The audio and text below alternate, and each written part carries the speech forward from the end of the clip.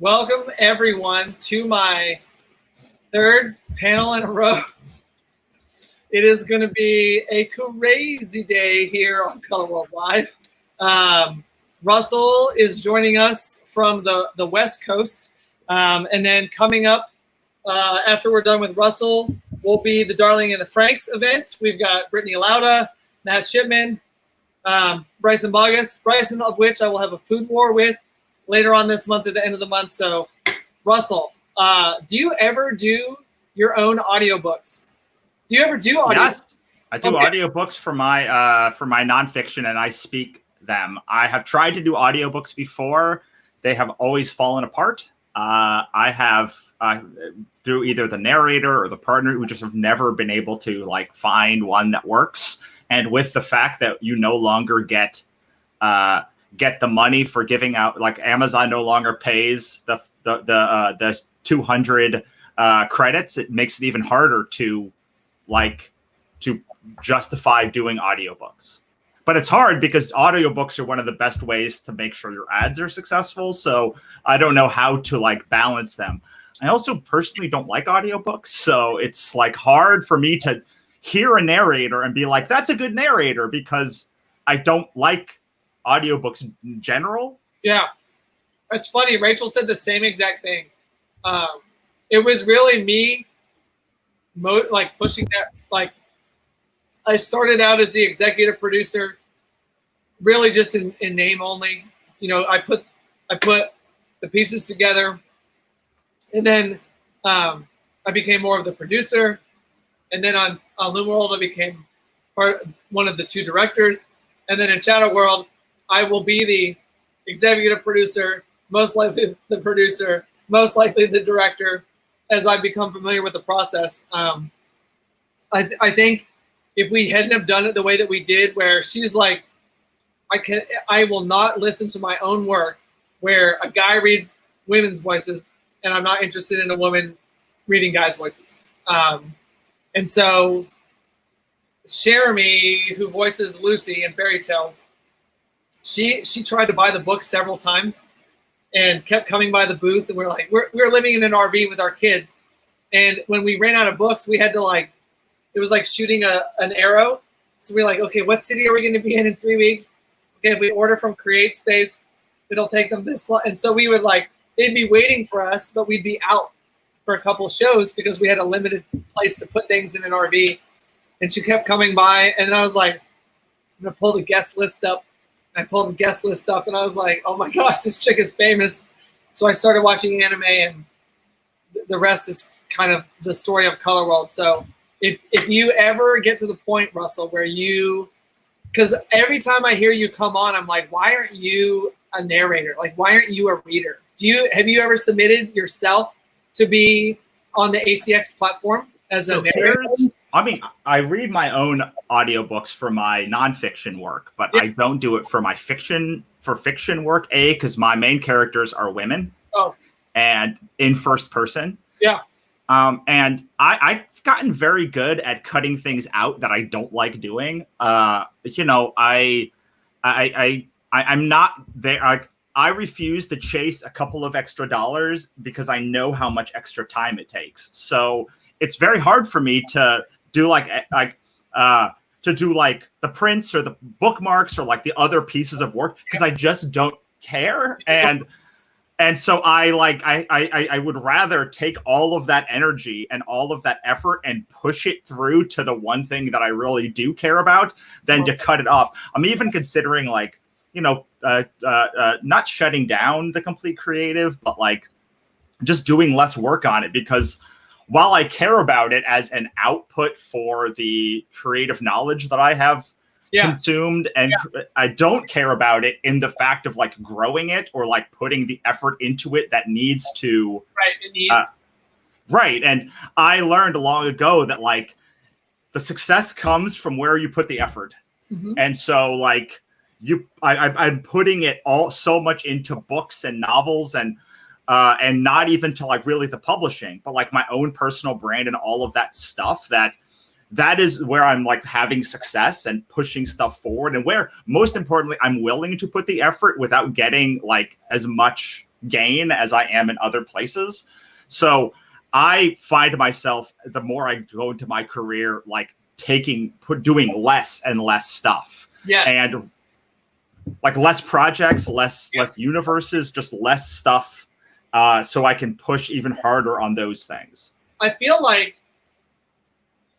there's a person who's self-motivated, who sees what they could be or knows where they want to be, is willing to do 20 things simultaneously in this attempt to kind of like get a budget to do this one thing that they're passionate about. And what you come to realize the older you get is that if you'll just narrow that focus and do the thing that you really love and enjoy, that you'll both love and enjoy, and it will become the thing that you wanted from the beginning, that you allowed yourself to be distracted by all these. I mean, that's sort of the story of my career is, so my friend always talked about her A plan, like for her whole life. It's just, as long as I've known her, a decade, she's like, this is not my plan A, like this is my plan C, and like I want my plan A. So like she like broke up with people, she like moved places, she like did stuff, and she's like, I'm always chasing the plan A. And I thought she was crazy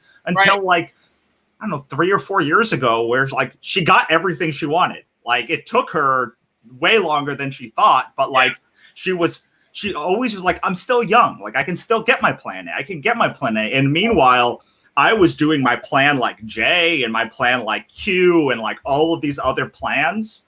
But I realized, like, as things started happening, like as the wannabe press started growing, and as I started having this massive success on Kickstarter, and then like being able to go to shows and sell out and do all these things and make all this money, that I had to do some subsistence stuff. Like I had to do marketing for people. I had to do like course sales, and I had to do some things, but it just more and more was like, oh my God, like maybe I could get plan A and I don't have to do all of the other stuff that I don't want to do. And since like I've sort of been like, yes, I can make a living as like a creator where most of my income comes, I have to drop down to a place where like I'm not making as much money, but like still making good money. But I don't have to like do 100 shows. I don't have to, like, I can have like sort of narrowing in on plan A. I'm like, wow, like what if I had just put all of that effort in from plans like J to Q before now? Yeah.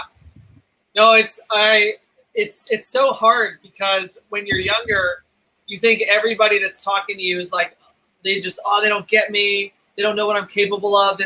But the problem is that you get, by the time you're like 40, 50, you're so disenfranchised with how you see other people doing it, that you're like, you try to save them some time if they'll listen. But then most of the times youth is they're just so full of piss and vinegar that you're like, this is exhausting, trying to convince somebody of something that I've already learned, that they're just, because that's what the Complete Creative is all about. Like the Complete Creative was like, here's a bunch of information that like I've literally consumed and made and done, and like it's free out there. Yeah. And like I don't want to argue about it. Like I don't want, like, you can use it. Yeah. But like I'm not gonna like say that, like I'm not gonna like accept like this stuff won't work, because like I've put in the 10,000, 100,000 hours to like prove out all of this stuff. I really kind of thought that the tragedy of the Complete Creative is, I really thought that like as I became more successful, I would have like the Complete Creative would just grow, because more people would be like, how is he doing that? Right, and then they would go over there. But what I learned is the things that we would actually talk about, like the successful things from like successful creators that me, you, and Rachel would talk about, like what actually takes to grow a business, are unsexy. Yeah.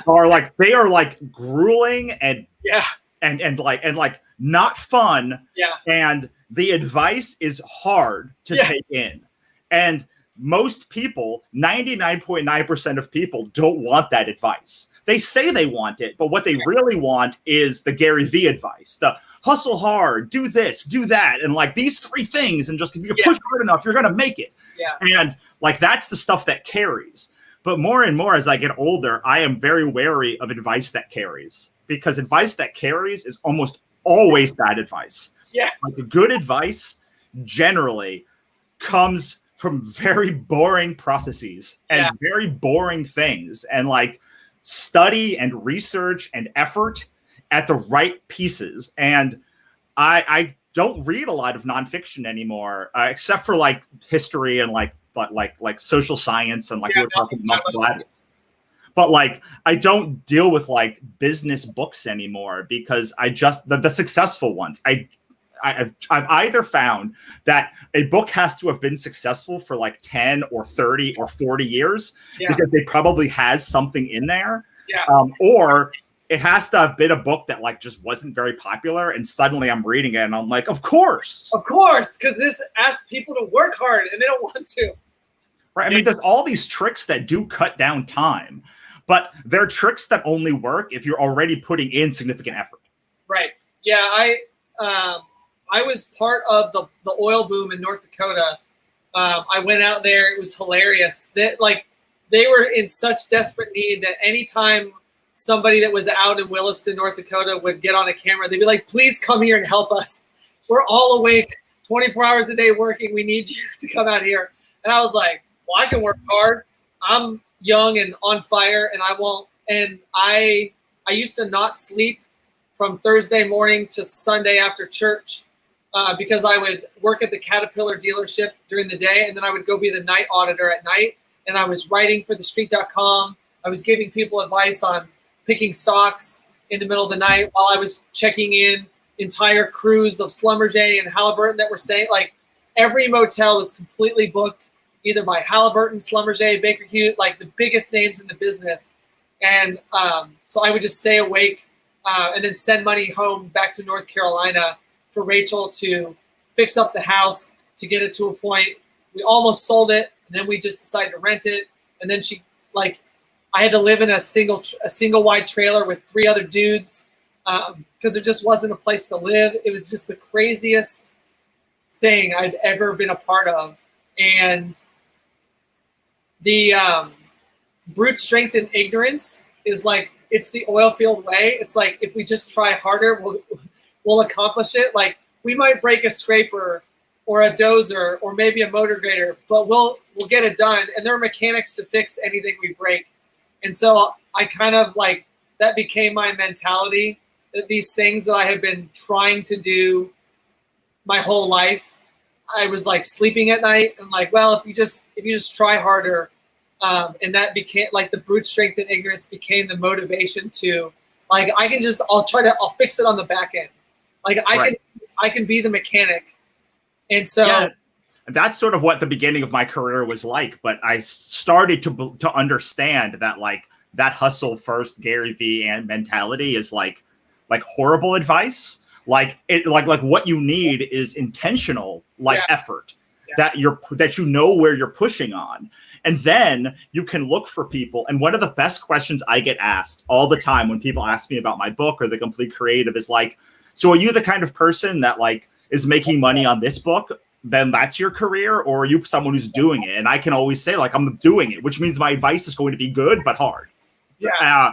And so I always looked for people that were doing the exact thing that I was doing. And then they would give me advice.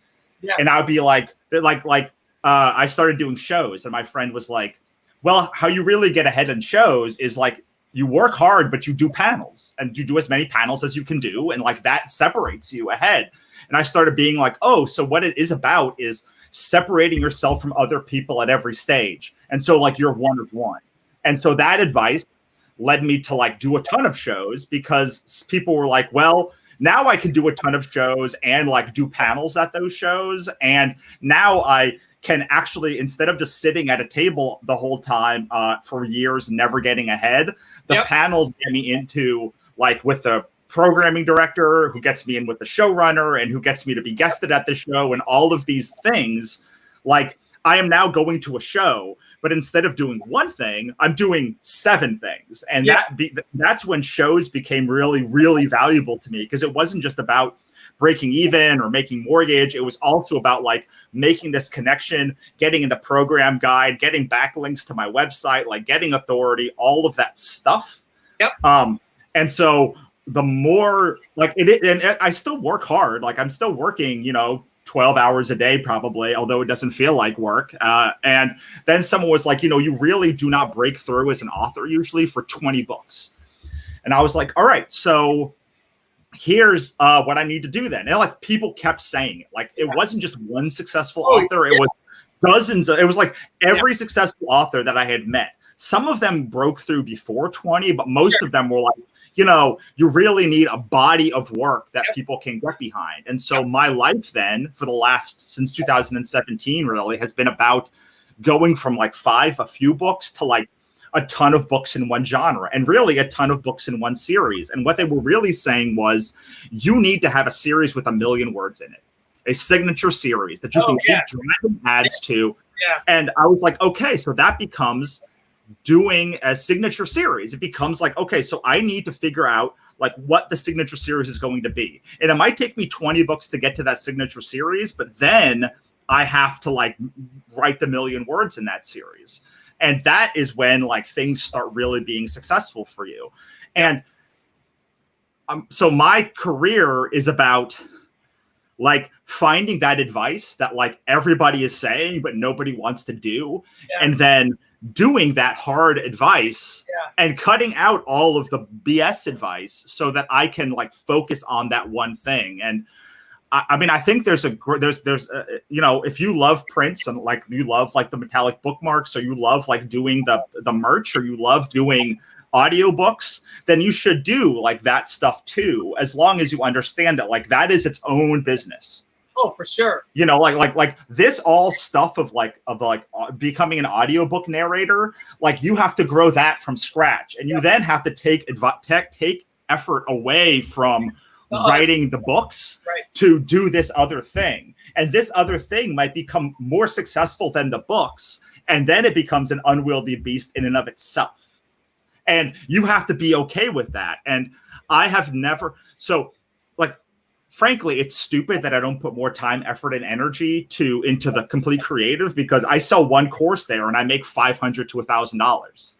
Like I do one like marketing campaign, I make $2,000 to $3,000.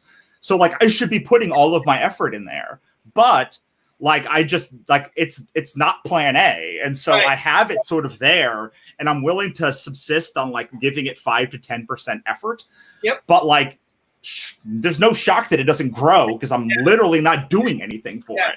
And now I'm like, well, why am I even putting any effort into it if like I'm putting some effort into it and it's not going anywhere? Because everything in my career has been like, hey, you've got to put this focused effort for a decade and then you have something. I think it's a shame that people don't get the 10,000 hour concept.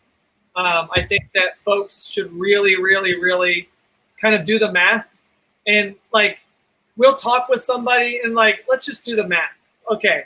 So for everybody that doesn't know what 10,000 hours refers to, Malcolm Gladwell's number for how much time you need to spend on something to become an expert at it.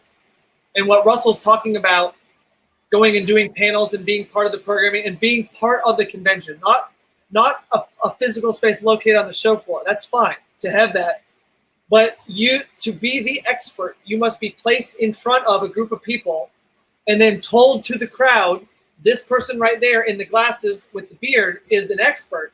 Listen to that. And then you have to do your job providing good content. That's what then translates into sales on the show floor, not being a carnival barker and getting everybody that walks by to pick up your book. So, well, I think that's there's both things. So like it does help to be the carnival barker in the moment, but doing the panel might take more money away from you in the short term, but in the long term, in the 5-year span of your career, which I don't think people think about enough, you then like gain more in year 2 and 3 and 4 and 5.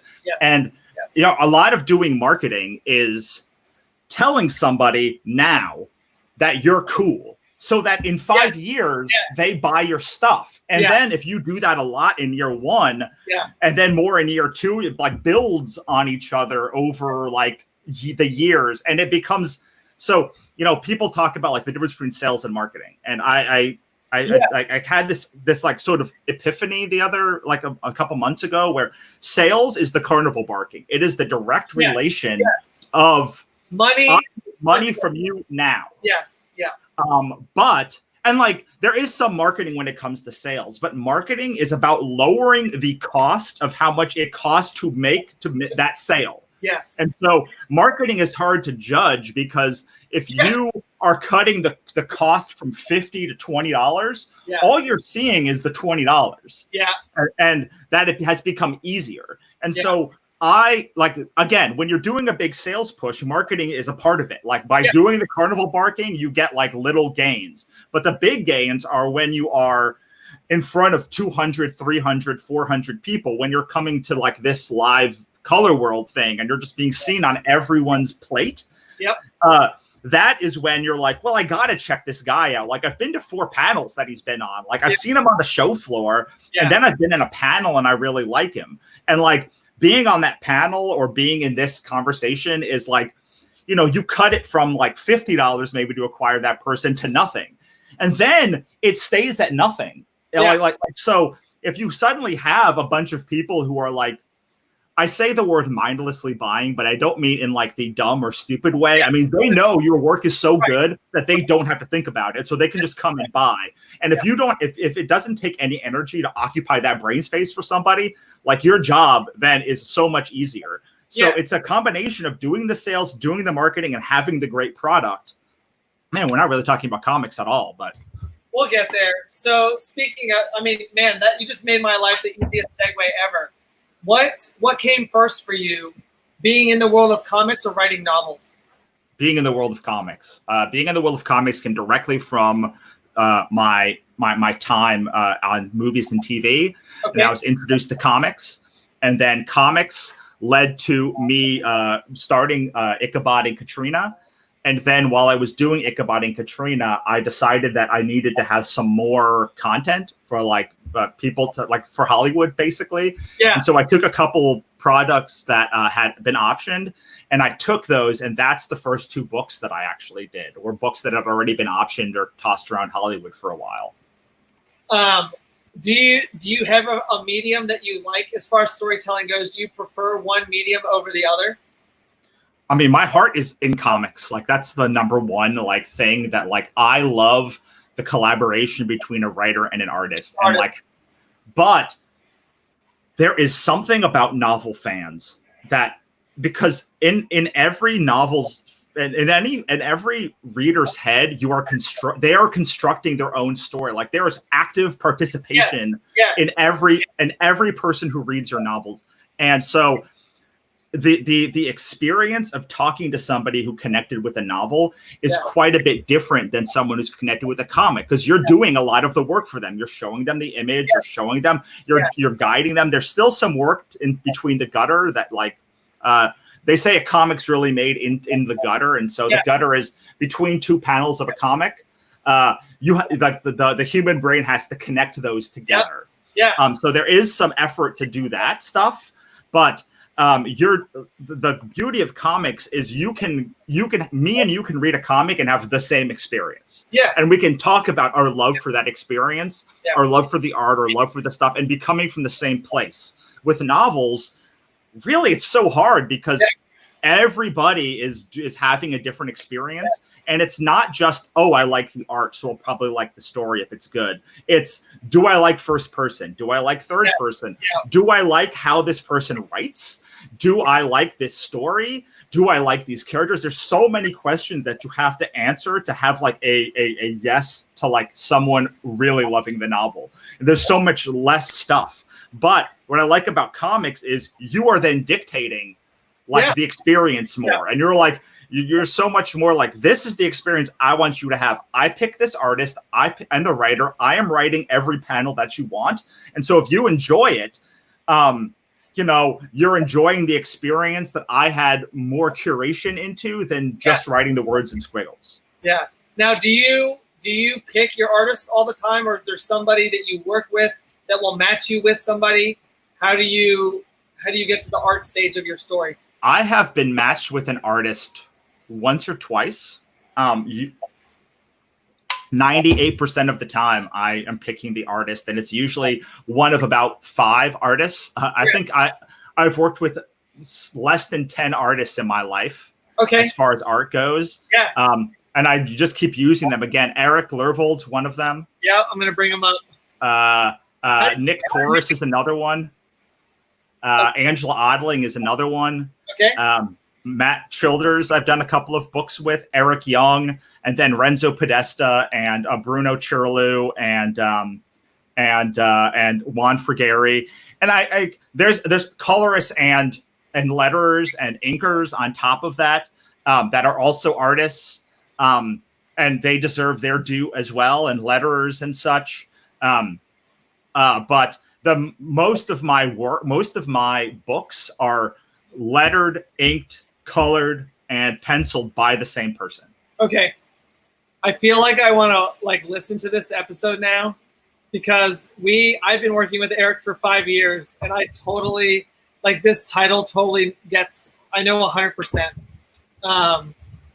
That's hilarious. How did you run into Eric? What made you go down that road? How did that relationship? So Wannabe Press had a when it first started, the nascent idea was we would put webcomics on our site, and the ones that worked the best would then we would print. It's actually a thing that eventually caught on with some other people, and they either will use webcomic to determine that, or they'll use Hiveworks uses that kind of model, or they'll use Kickstarter. And a Kickstarter success, they'll go to that person and ask them if they want a publishing deal. So Eric and Nick actually had webcomics on the original Wannabe Press site that was built for showcasing webcomics and doing this thing. Yeah. Along with Nathan Luth, which is another one that I've worked with. And most of the people in the anthology that I've worked with, a lot of them had webcomics on the site too. And so, yeah, it was literally reprinting Red Calaveras, or Red Skulls, I think it's called now, as a webcomic. And then once that ended is kind of right when I started doing the anthologies. And the anthologies then were the next evolution of our relationship together, and mine and Nick's relationship together, and a couple of others. So you wrote the story for Sophia October Goth for Hire? I did. And then Eric illustrated? He did. He actually came up with the idea. Oh, also. Really? So how I work usually now is I will ask the artist if they have an idea that I can help them with. Okay. And so he gave me about 5 ideas, and this was the one that I loved most because A, I love Buffy, B, I like Emily the Strange, C, I like Girl Witches, and D, I like drama and melodrama and all of this stuff. It's all of the stuff that I love. So yeah, he came to me with a couple ideas. I picked the one I liked, and then we designed it all, the rest of it all together. That's amazing. How long did it take for you to go from Eric pitching 5 ideas to Sophia October existing where people could read it? Well, it's only 7 pages to read, so not. Okay. You can talk to Eric about that, because he's been working on the first 8 pages took about a year, and the rest of the first issue has taken 2 years, and it's not done yet. Okay. It usually takes me a couple of months to write the script. So he's been working on the script for Sophia October, I don't know, since 2018, I think. Okay. And then maybe.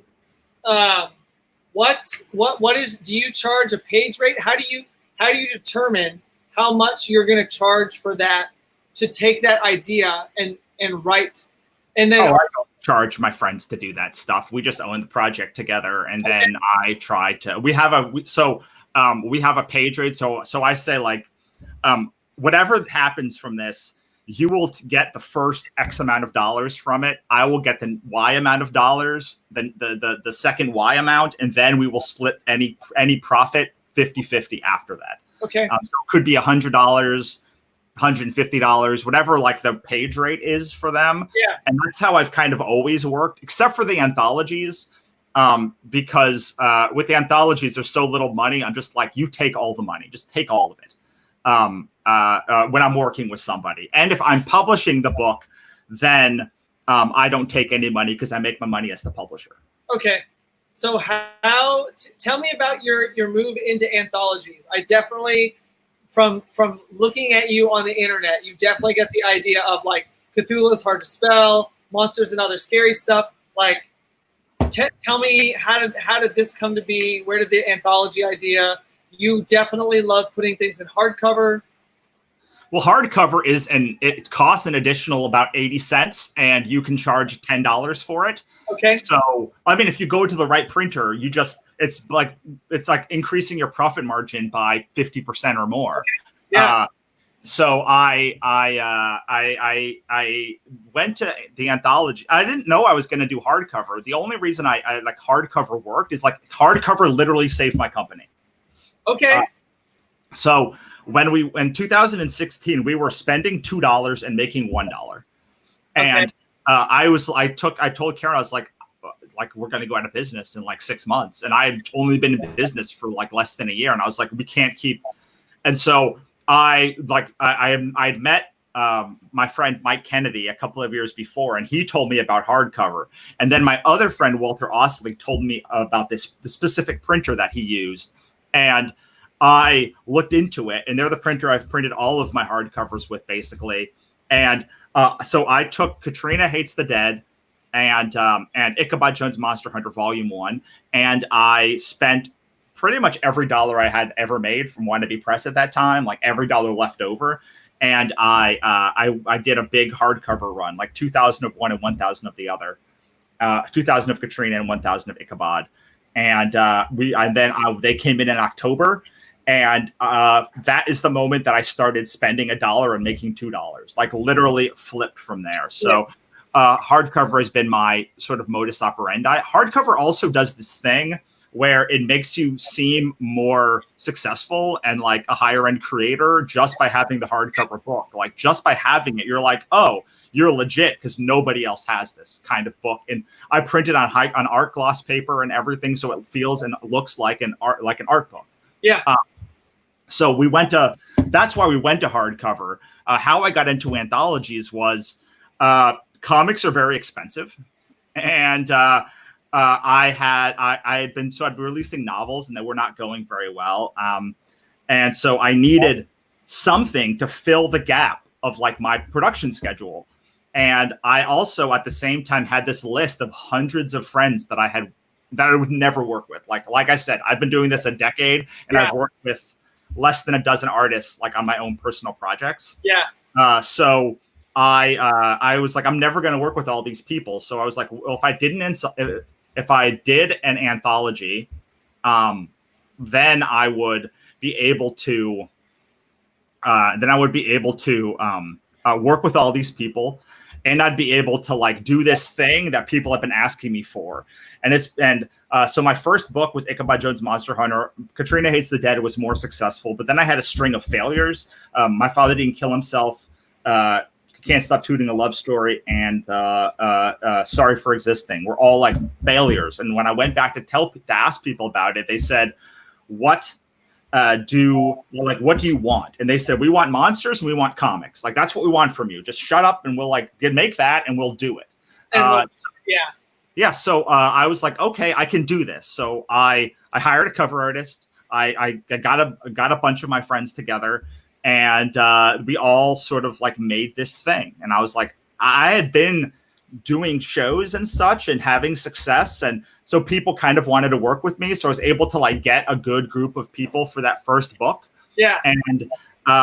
And then when we went to launch it, I had like 50 people that were all helping the launch, and we went from my biggest launch being $8,500 to $27,000, like literally making more than all of my other Kickstarters combined, by a combination of hardcover and then and a combination of like doing the anthology. And after that, anthologies kind of became a staple of ways for me to test new artists. Okay. So now I don't hire artists unless they've been in one of my anthologies. It's easy. And also they're great ways for us to do a fan service book We don't usually do a lot of fan service books. Like, I mean, our books are all kind of made with the fans in mind, but like, we're not doing like a narrative book about like something just because a fan really wants it. But so the Lovecraft and the monster books and whatever anthologies we do are a great way to like, here's a fan service book. Here's a book that can get you to the next level. Yeah. And we can then target the next level of fans. So like Lovecraft fans, like all love our books. So that was where the Lovecraft part came from. Okay. Do you, in terms of putting together, do you like walk show floors to look like, how do you, who makes it into an anthology for you? Do you go out and find people? Are they coming to you? Do you have open, like, do people audition for your, how does that process work? Usually, yes. I have a, well, the first one was closed submissions. Okay. So I would go, so closed submissions are when like you go to people privately and ask them. Open submissions are when it goes to everything. When like anybody can submit. So the first one was closed submissions. Once I knew what I was doing, I don't know, the legend of my books kind of caught on themselves. So I go around the floor trying to make connections with artists. Yeah. And once I make connections with artists, then they can apply to the anthologies. But there are usually people that are like hungry to be in our books. Because like they're quite good and like there's a high reputation status, I guess, associated with being in our books, and our standards are very, very, very high, and they get higher every year. Excellent. So I then go to the social media for the most part, and I don't talk about the submission process. Like it just keeps getting more and more and more submissions. But you know, sometimes then if I see somebody at a show, I will be like, please submit a story. And I'd be like, well, I don't like do monster stuff. And I can think of Kelsey Jo Silva as one of the great additions for this last book. Like she does these like very small, like beautiful. So like she focuses on these small moments in your life. And, you know, it feels like that would not be a good Lovecraft story, but it ended up being one of my favorite stories. It's right in the beginning of the book, and it's about it's the one where Medusa and Yig summon a dog to like a doggy, and then like their kind of relationship with it. And it's like so sweet and so small. It's a small, beautiful moment that like she kind of expands upon. That is stuff I have never seen in like Lovecraft before. So I'm always interested then in getting those kind of artists in, because I want to show Lovecraft in a new way. That's cool. And yeah, it's so, but I also am very conscious that I need Lovecraft stories that are traditional Lovecraft stories as well. So it becomes a balance of like new and different at the same time. Right. So usually what will happen is I will, at the end of the submission process, I will then like cull them, and I'll be like, or Chris Simon, who edited our last anthology with me, will call them. And then I will be like, we're really missing something here. Or like we're missing something there. You know, this person asked for 6 pages. We can only give them 4 pages. Or this person really needs 6 pages, and I could like to work with them. And we sort of do some manipulation of all of that stuff. And then we go out to all of the people. But like, I'll be honest, it is pretty nepotistic, because I know who I like working with, and I know who I want to work with. Yeah. And so there's sort of 3 categories. There's the superstars. Yeah. There's the newbies. Yeah. And then, so like I try and get like between 1 and 3 like superstar creators. Yeah. I try and bring like 30 to 50% of new people who I've never heard of before. Okay. And then maybe like 30% of new people I've never heard of before. And then the main bulk is just like people I want to work with, who I've always wanted to work with, or who've been really great in previous anthologies and who I want to bring over. So my goal is to get like an anthology where everybody is promoting the book. And so a lot of times people get like, I don't bring them onto a new book because the story was either not good, or they did not do promotion, or like they just were not enthusiastically excited. And one of those, like, sort of, they have to have all 3 of those things for me to like, or I thought the story was good, but it didn't resonate with anybody. Okay. Okay. What is your relationship with like traditional comics?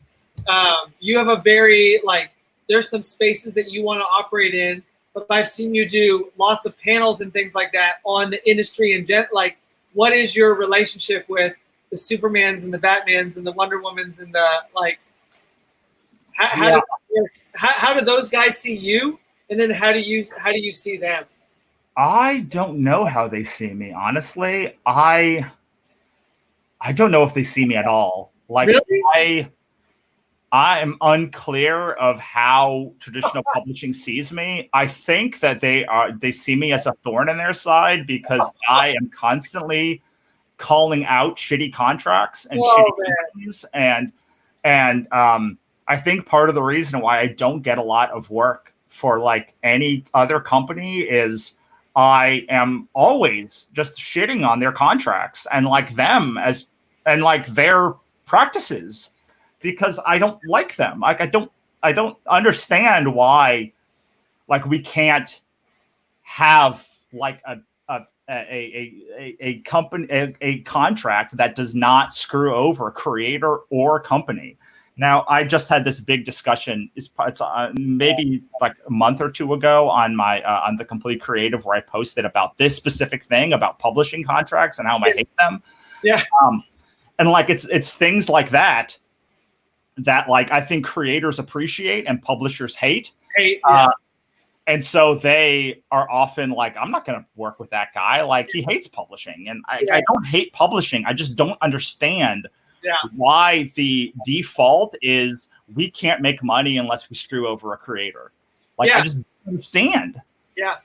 And you're not wrong. Like it would be one thing if it was simply like your opinion and it was uninformed, or if it was, but to be honest, because so I was talking with this about Lance in the last panel, like I started out as the executive producer of the audiobook just because I put a few of the pieces together, but then I became kind of the producer. And then last book, I became one of two directors. And then the next audiobook for 4, I'm probably going to end up being the producer, the director, the executive producer. That like I'm going to end up wearing a lot of hats.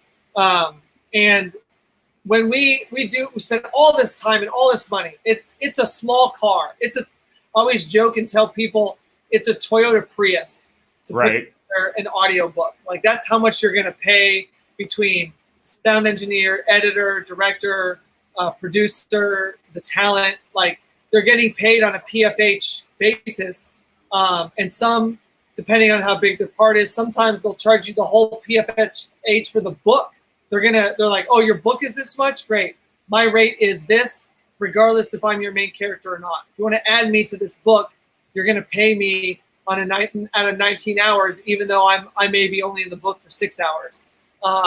And so, and then you do all that, you spend all those resources, and then you go put it on Audible, and then you get 40%.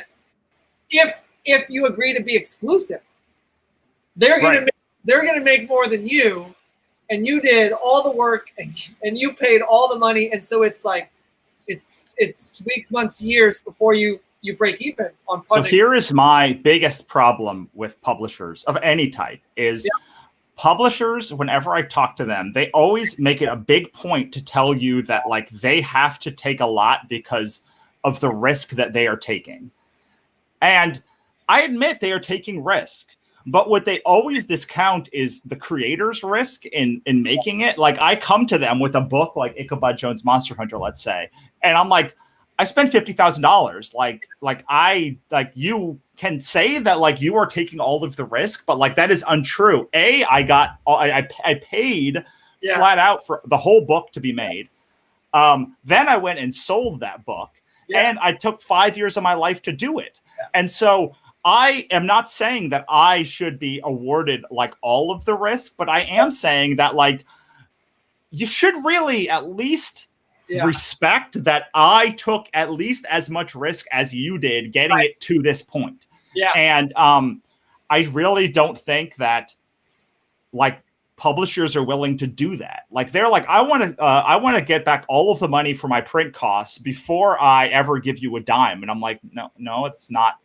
Like I made the book, like, and they always, every single contract I've ever gotten in with a publisher, they always discount that part. And it like breaks my heart every time, because it means that you are an entrepreneur and I am just some creator. But really, we are both entrepreneurs and we are both taking risk. And this is not like you doing me a favor. This is us getting into a partnership. Yeah. It's a little mind blowing. I mean, they get away with it because there isn't an alternative, which is the bummer, that big business buys other big business. And when there might have been a couple names in audiobooks, now like even Apple's iTunes gets pushed through ACX. So you will submit to ACX and then they'll approve it. That was the third audiobook took 8-9 weeks for approval. It started out to be a 10-day process. The first couple went through so fast that they were released before the release date. And so on the third one, we're like, okay, we need to hold it. It needs to be submitted here, and then it'll be out on this date.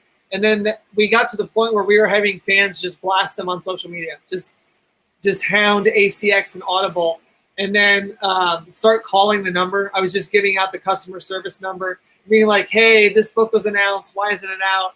And they told one of the fans that there was a problem on our end with the audio files. And he told me that immediately, and I jumped on the phone. I was like, you just told one of our fans that's been trying to buy this book for weeks that it's our fault, but there's no email in my inbox at all. It's dead. I'm emailing you, I'm calling you, I'm talking to you, there's nothing. And then it was published within 48 hours. But it shouldn't take that. If you're going to get 60% and it's exclusive to you, and I don't like, I violate the contract if I sell a CD or a jump drive or I cannot distribute this audiobook that we created, that we paid 100% of the cost if I want to maintain that. Otherwise it drops to 25%. Yeah, this is why I've been telling people that and this is a thing that books don't do. I don't know why they don't do it, because all comics do it. Like your first launch should be on either Kickstarter, Indiegogo, or your own site, because then you are taking 95%.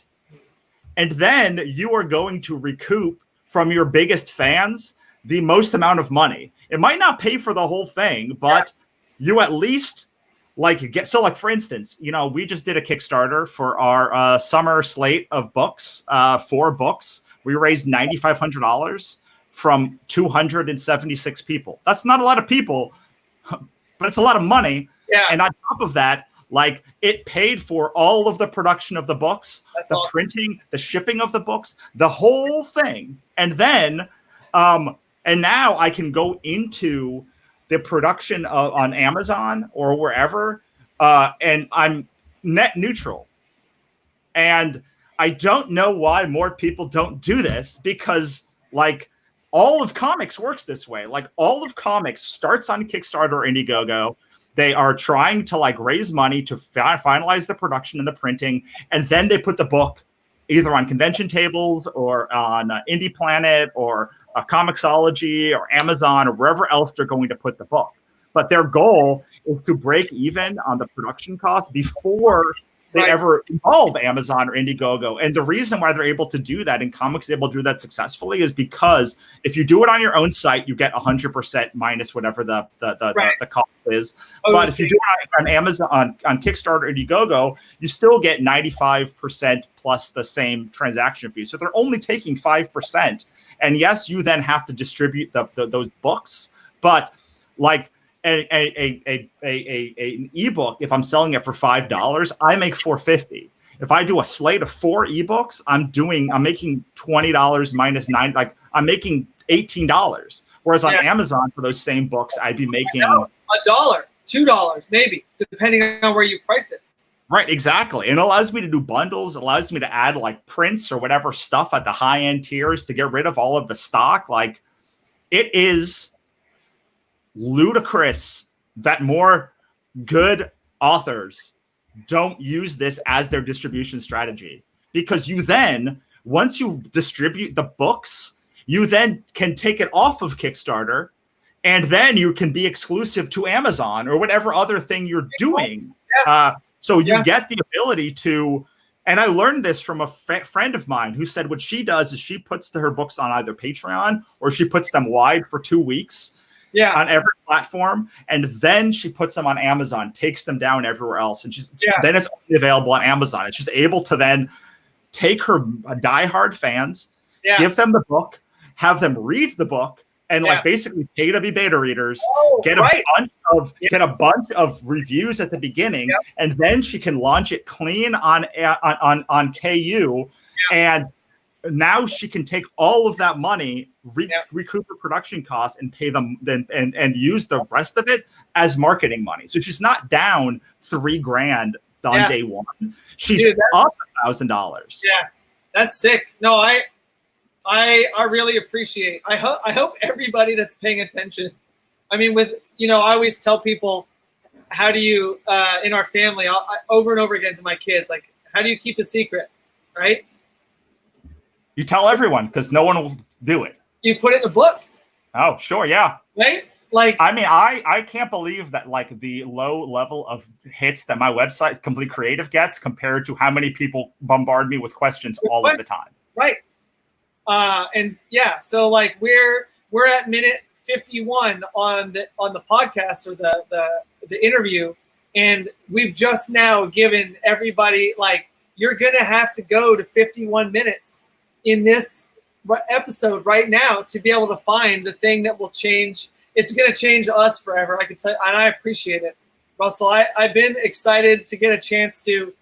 Me and you getting together has been on my to-do list forever, and I don't know how much we come up when you talk to Eric, but you come up all the time.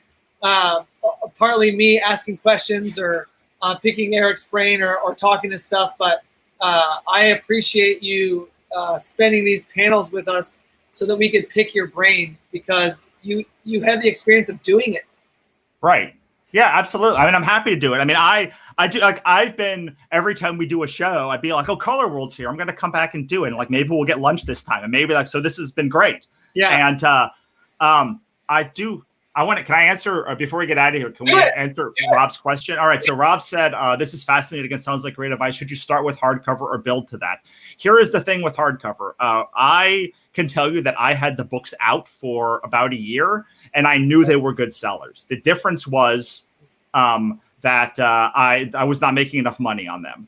But the second thing is, if you look at the interior art of the book, like, it is like flawless, maybe not flawless, but it's stellar. Like, it is the kind of art that that like benefits from hardcover, because there is work that it does not benefit from hardcover. Like, if you have an art that is like subpar, or is not like best in class, or like doesn't look good, like when you make it present it like art, and there's a ton of art like that. Like, I don't think that like Harvey Picar or R. Crumb's work really benefits from like really nice paper and hardcover, except that it is meant to be read in like the pulp novel format, and like so I think you have to go into it saying, this is like what we're doing. Like, we're taking this book and we're elevating it. And I have seen plenty of hardcover books that people come back with, and I'm like, oh, this shouldn't have been in hardcover. Like, I can like, I'm looking at my shelf and being like, yeah, there's like several books on that shelf that should not have been in hardcover, because you look at it and you're like, oh, why was this in hardcover? So assuming that you have like, art, the quality of the stuff that Color World puts out, or like the art, the level of Wannabe Press puts out, or like and there's some work in even the Monsters and Other Scary Shit that I was like, oh, this is what they mean, that like all art shouldn't be in hardcover, because like some of it is just like crudely drawn, and a lot of it was like looks better in hardcover, but a lot of it does not. So you really have to like make that decision. I think that, but I do think that, and honestly, like, you don't get with paper, with novels, the amount that you can save going to like a non-create space distribution, unless you're printing like 10 novels at once, which is it's called gang binding. No, it's not. It's called something else, gang something. But when you're printing all of the books together, that are the exact same, if you're printing all like a bunch of books together that are the exact same page count, you can then, and I mean the exact same page count, you can then save money by batching them all together. But if you're not going to do that, or your books are different sizes, you are not going to save that much compared to CreateSpace by doing soft covers through like a printer. Even in America or China, like you might save $1 a book, which is not that much to have a pallet of books in your house. Yeah, exactly. It's not worth the offset of like, okay, now I've dropped all of this money as opposed to I got the amount that I needed to.